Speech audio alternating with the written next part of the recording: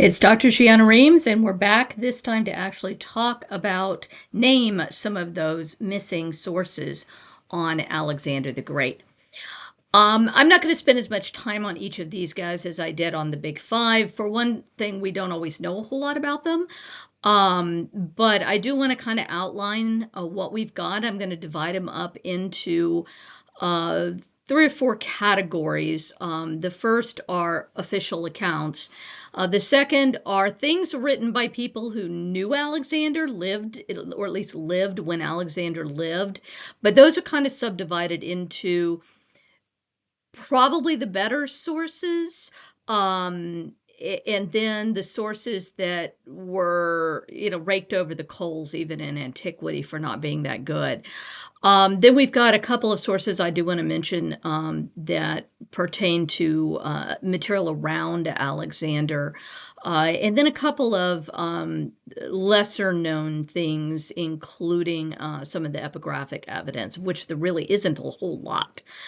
So let's begin, therefore, with our official accounts. There was, I guess you could call them dispatches from the front, written by Kallisthenes of Olynthos. He is the nephew of Aristotle, which is how he got his gig. He's come down to history, if you will, as maybe being a bit of a sourpuss, or not knowing when to keep his mouth shut. Even Aristotle reportedly said that. So we have on the one hand a presentation of Kallisthenes as this kind of over-the-top philosopher and asceticism, etc. But at the other point, he's writing these very official accounts that kind of praise Alexander. The stars, the waves bow before him, and other stuff. That's just silly.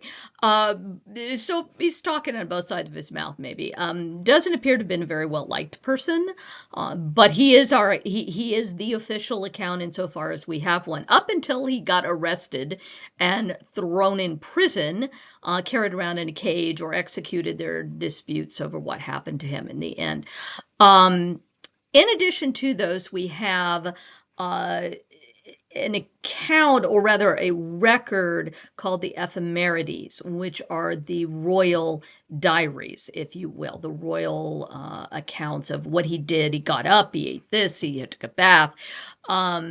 Related to this, and they may be the same thing, but they may not be the same thing, is something called the Hyponemata, which are Alexander's personal diaries. This is supposedly what contained his last plans that were read out and immediately voted down. There's a lot of doubt about whether those are at all authentic. And the Ephemerides probably were at least partially authentic. There were royal diaries, we know that, but they may have been tweaked later. And again, whether or not these are two different things or the same thing, it's not always clear. They seem to be two different things, but we don't have either of them, so we can't verify that. Then last, we have letters. There were collections of letters to Alexander, from Alexander. I mentioned these collection of 4 books of letters from Aristotle to Alexander, which may have included his replies, just as the letters of Pliny the Younger include replies from Trajan or such. Hadrian later.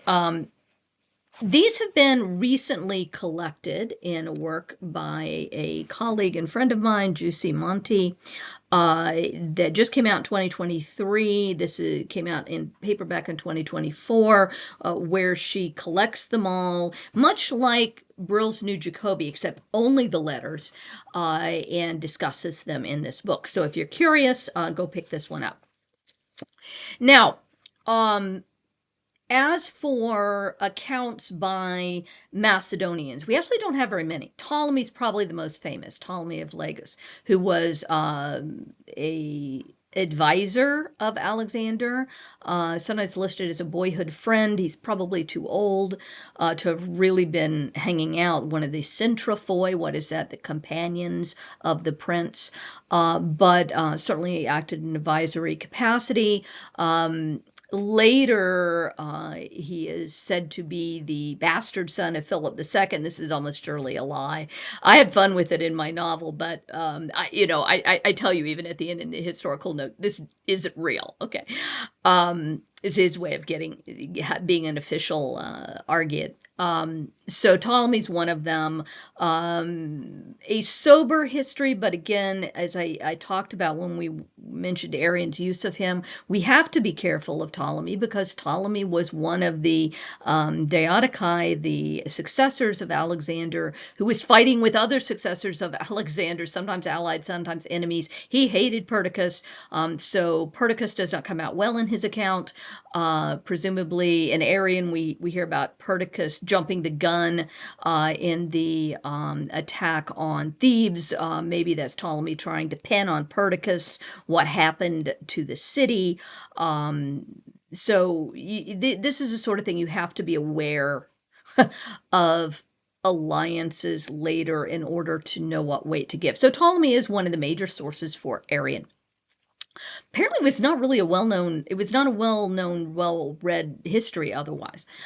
We also have Aristobulus, who is the other source of Arrian, who knew Alexander. He's not a Macedonian. We're not exactly sure what Aristobulus was, what his function at the court was. Sometimes he's listed as an engineer. This is very flimsy evidence for that.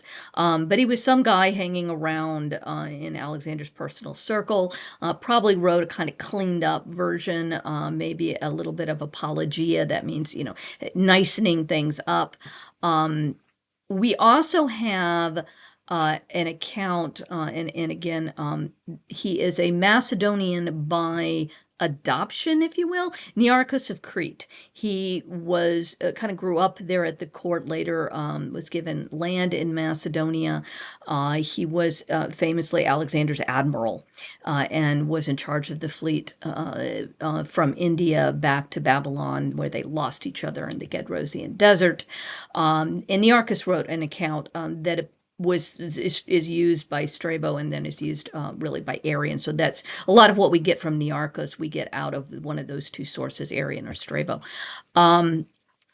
We also have Chares of Mytilene. He is, again, not a Macedonian per se. Mytilene was the main city on the island of Lesbos. May have known a couple of other of the Mytileneans at Alexander's court, Oringios and Laomedon. Chares was the chamberlain, so he would have seen a lot of what was going on behind the scenes. So we hear about this stuff from Chares. Plutarch uses him because Plutarch likes those little minutiae accounts. Then we have Medios of Larissa. He is mentioned as one of Alexander's bosom buddies toward the end after the death of Hippaestion, is later accused of being involved with Antipatros, and Aristotle was supposedly poisoning Alexander. This did not happen, okay? Alexander died of a fever disease. He was not poisoned. This was all part of later stuff trying to blacklist and make Antipatros look bad. Just like Ptolemy tries to make Perdiccas look bad, you have to be aware again of who's telling these stories and how they're being used during the successor wars. But Medius also wrote a history. It's unclear how good it was. Then I do want to mention two more Macedonians who wrote around Alexander. The first of them, Marsyas of Pella. Marsyas was younger, about Alexander's age, may well have grown up with him. He was the little brother of Antigonus Monophthalmos, the father of Demetrius. And this is later the Antigonid family that would take over after Cassandros died, and then his sons were killed by Demetrius. One of them, anyway, by Demetrius. The Marsyas wrote a Macedonica in, I think it's 10 books. This is the one I would dearly love to lay hands on because it's a whole history of Macedonia, not just Alexander. I believe it goes up to Alexander and then kind of stops abruptly. So it would tell us a whole lot, and particularly a lot of Macedonian customs. I wonder, I can't prove it, but I wonder if this may not have been a source used by Curtius when he starts talking about Macedonian customs. We have no idea, but but quite possibly. And last, Antipatros himself was supposedly a man of letters. He was a buddy of Aristotle, so he had philosophic tendencies. There's some questions whether he actually wrote anything, but one of the writings that is attributed to him is a history of Perdiccas III. That is Philip's older brother, the one who died on an Illyrian battlefield. And Antipatros wasn't just regent for Alexander, he had been regent for Philip before Alexander, and quite probably for Perdiccas before Philip. So he wanted to commemorate the reigns of this guy. So these are some of these lost sources about Alexander or Macedonia, around Alexander, by people who knew him. Then we have some other sources by people who knew him or perhaps knew of him that are much more questionable. Top of the heap is Onesikritos. And Onesikritos claims he's this important leader and general under Alexander. He was a helmsman. Okay, he's made fun of by Nearchos for this. He's made fun of by other companions at the court. It's from Onesikritos that we get this very silly story of Alexander and the Amazon Queen. The story about that story is that when Onesikritos was reading from his history at the court of Lysimachus, who was one of Alexander's companions, centrophoi, probably as a youth, who went on later to get Thrace in the apportionment after Alexander's death, and eventually became king of Thrace. That Onesikritos is there reading to Lysimachus at the court, and he talks about the Amazon Queen, and Lysimachus busts out laughing and basically stops him and says, "Where was I when this happened?" So you can't take him seriously. Again, he's made fun of by his own people who knew him and knew Alexander. Then we have Ephippos of Olynthos. Ephippos, if you notice the name, Ephippos is from the same town as Kallisthenes. And Kallisthenes had a very bad end with Alexander. And Ephippos basically does a hatchet job. He wrote a tract on the death and funeral of Hephaestion and Alexander. Obviously didn't like either of them, and it trashes them. So it's probably not a full account of his career, just of the end of his career. Maybe Ephippos was at Babylon. Maybe he had seen Alexander, but he definitely, and that's not at all certain. But he certainly didn't travel with him. Last, Kleitarchos, who I have mentioned before. Kleitarchos, there's a higher and a lower date for Kleitarchos. The higher date would place him at Ptolemy's court. And I showed you Kleitarchos earlier with Louisa Prandi. Prandi thinks that is the correct date. There is another date argued that is a lower date based on some recent evidence. It's perhaps problematic, but I do mention there are two possible dates for Kleitarchos. I'm going to follow Prandi and go with the higher one. The Kleitarchos's history of Alexander may have been the most popular in the ancient world in terms of being well known, and that's because it was entertaining. It was the ancient version of the National Enquirer or the Daily Mail. It had all this stuff in it that likely didn't necessarily happen, but we're going to go for the drama. So we know, for instance, that it's from Kleitarchus that the tale comes of Thais, Ptolemy's mistress, being the one who threw the torch that burned down the palace of Persepolis. Almost certainly, we know from archaeology that did not happen at all the way that it is in the popular stories. And Kleitarchus, funded up, if you will. He made it much more dramatic. So that's Kleitarchus. He's the one that lies behind, long account lies behind the so-called Vulgate. But as I said when I talked about the Vulgate, that is Diodorus, Curtius, and to a lesser degree Justin, all of them were using other accounts, or at least something in between.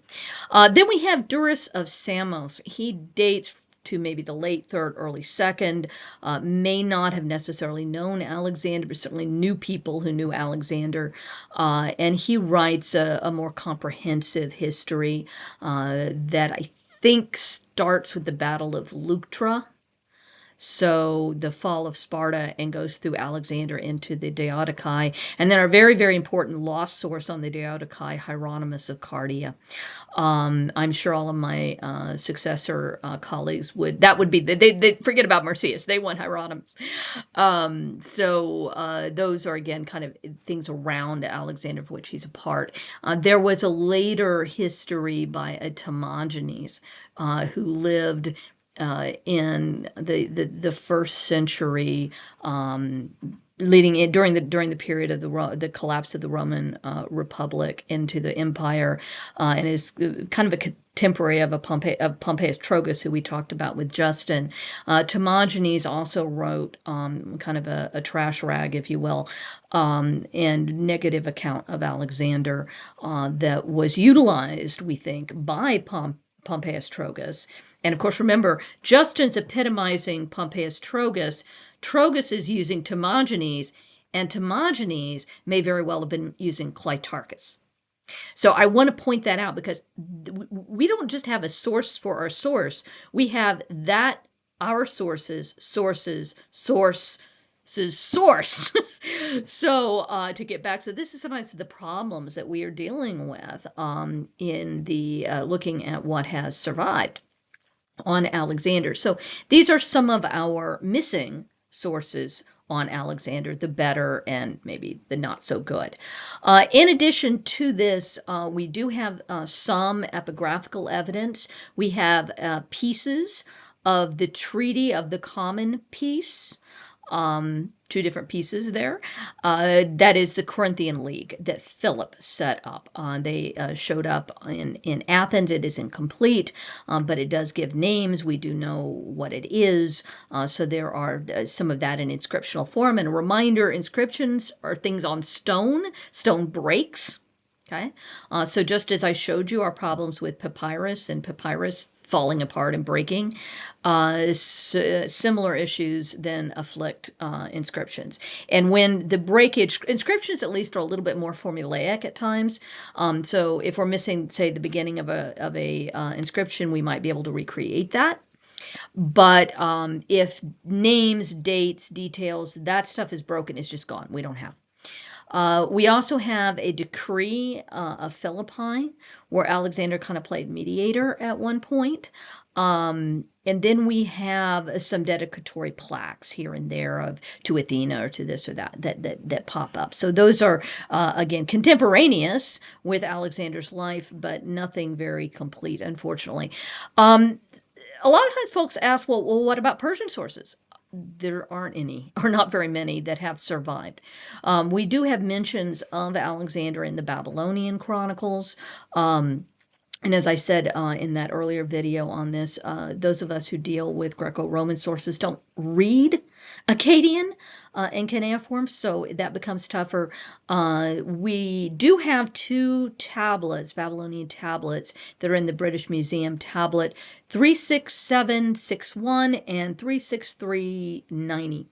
And if you occasionally see me looking off to the side, it's because I'm checking things like the numbers of the tablets that it talk about a lunar eclipse and the end of Darius's reign. So these things are also out there. There are also some Indian sources as well. The less than we would like. And again, there's one of the gaps, frustrating gaps in Alexander studies, is that those of us who read Greek and Latin can't go read, Sanskrit or, cuneiform, Akkadian. So we are, or Persian, we're kind of stuck sometimes in what we know. And so it's great to find colleagues who can do that.